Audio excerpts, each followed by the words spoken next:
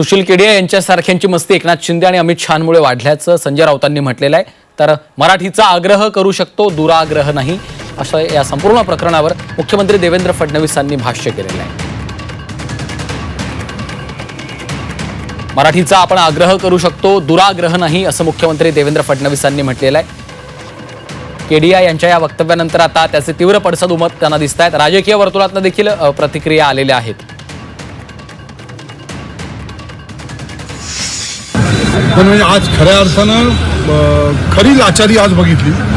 महाराष्ट्रामध्ये उपमुख्यमंत्री शहांना बरं वाटावं म्हणून जर जय गुजरात म्हणाले असतील तर हा महाराष्ट्राचा अपमान आहे आणि मराठी माणसाचा अपमान आहे असं मी समजतो।